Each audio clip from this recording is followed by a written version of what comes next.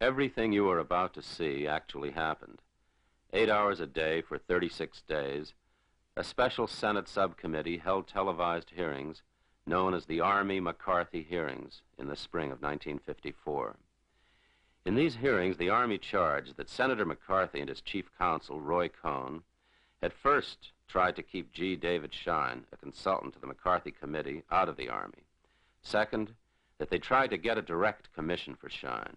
And finally, once he was inducted, that they sought special favor for him. McCarthy and Cohn countercharged that the Army attempted blackmail by holding Private Schine as a hostage in order to stop McCarthy's investigation of alleged communism at various Army bases.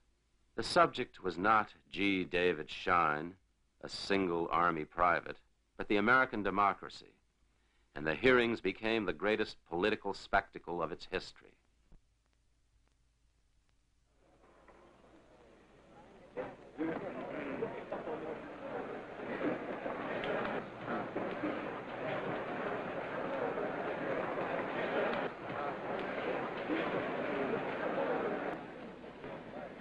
The average American can do very little insofar as digging communist espionage agents out of our government is concerned. They must depend upon those of us whom they send down here to man the watchtowers of the nation. The thing that the American people can do is to be vigilant day and night to make sure they don't have communists teaching the sons and daughters of America. Now, I realize that the minute anyone tries to get a communist out of a college, out of a university, there will be raised the phony cry that you're interfering with academic freedom. I would like to emphasize that there is no academic freedom where a communist is concerned. He is not a free agent. He has no freedom of thought, no freedom of expression.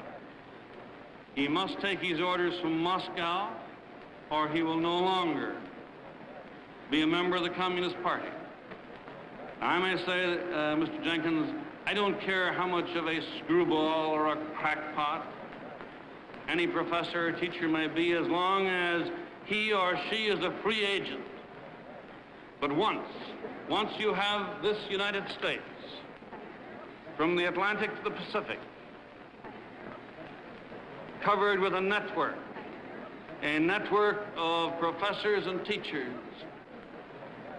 who are getting their orders from Moscow, from an organization that wants to destroy this nation, that wants to corrupt the minds of youth, then, Mr. Jenkins, we are rapidly losing the battle. The thing that I think we must remember is that this is a war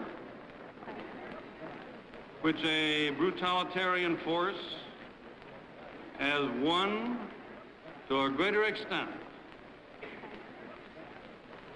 than any brutalitarian force has won a war in the history of the world before. For example, Christianity, which has been in existence for 2,000 years, has not converted, convinced nearly as many people as this communist brutalitarianism has enslaved in 106 years. And they're not going to stop. I know that many of my good friends seem to feel that this is sort of a game you can play. That you can talk about communism as though it's something 10,000 miles away. Mr. Jenkins, in answer to your question, let me say it's right here with us now. Unless we make sure that there is no infiltration of our government, then just as certain as you sit there, in the period of our lives, you will see a red world. I suggest, in the interest of these hearings, the charges are often forgotten. The charges were, did Senator McCarthy and 2 members of his staff use improper pressure for Mr. David Schein with the Army? The countercharge was that there was blackmail on the part of the Army and the use of Mr. Schein as a hostage. Now, those are the charges that have been made. Say that he tried to improperly influence you. Now, if he said something that was improper, we should know what he said. If he didn't say anything improper, if you can't remember anything improper, then you should tell us. Let me say this. I think you're trying to give us an honest account. That's right. Some of my friends don't agree with that, I may say. I might add myself as one of those. You are being asked at the question at the top, almost at the top of the page, that this college graduate, referring to Schein, partially filled out an application, a form for a commission in the Army. Senator McCarthy, I don't know the slightest thing about the application he filled out. Mr. Jenkins, you don't know one thing about that? Senator McCarthy, I never saw it.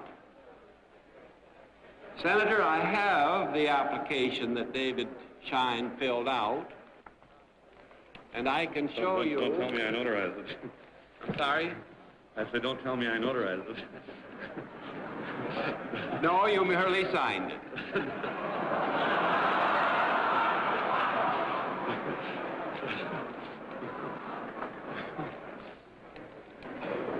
Don't you think, actually, Mr. Secretary, this is all ridiculous in the extreme for this committee and all of these competent Army officers to be sitting here trying to find out why a private in the Army was successively promoted until he is finally up to the very top position of private. What do you think? Well, I think you would like to have had him something other than a private.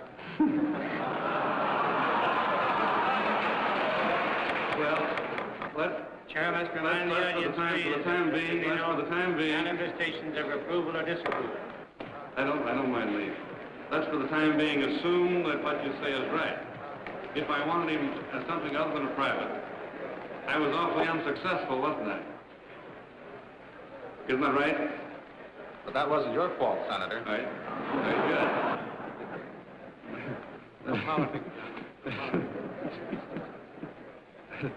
Mr. Wells, you have a point of order? I don't know what it is, but it's a point of something. I have Point of order, you may state it. My point of order is that Mr. Jenkins yesterday was imposed upon, and so was the Secretary of the Army, by having a doctored or altered photograph produced in this courtroom as if it were honest. This is a committee room, Mr. Wells. A committee room, and produced as if it were honest. I have the photograph that was offered yesterday in evidence, and in respect to which Mr. Stevens was not only examined but cross-examined. And I show you now a photograph in respect to which I charge that what was offered in evidence yesterday was an altered, shamefully cut down picture so that somebody could say to Stevens, were you not photographed alone with David Schein, when the truth is he was photographed in a group. I would like now to offer the picture that I have in my right hand as the original, undoctored, unaltered piece of evidence.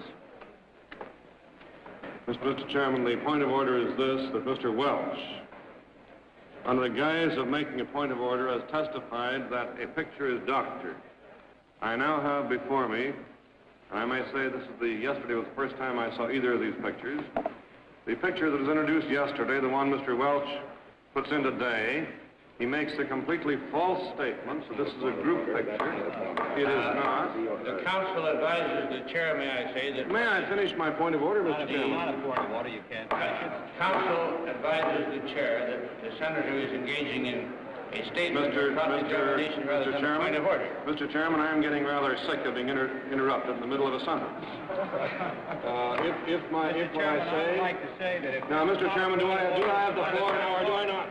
The council says it's not a point of order. Oh, be quiet. Mr. Chairman? I haven't the slightest intention of being quiet. Mr. Chairman, do I have the floor? The council is running this committee, and you're not running it. Mr. Chairman, do I have the floor?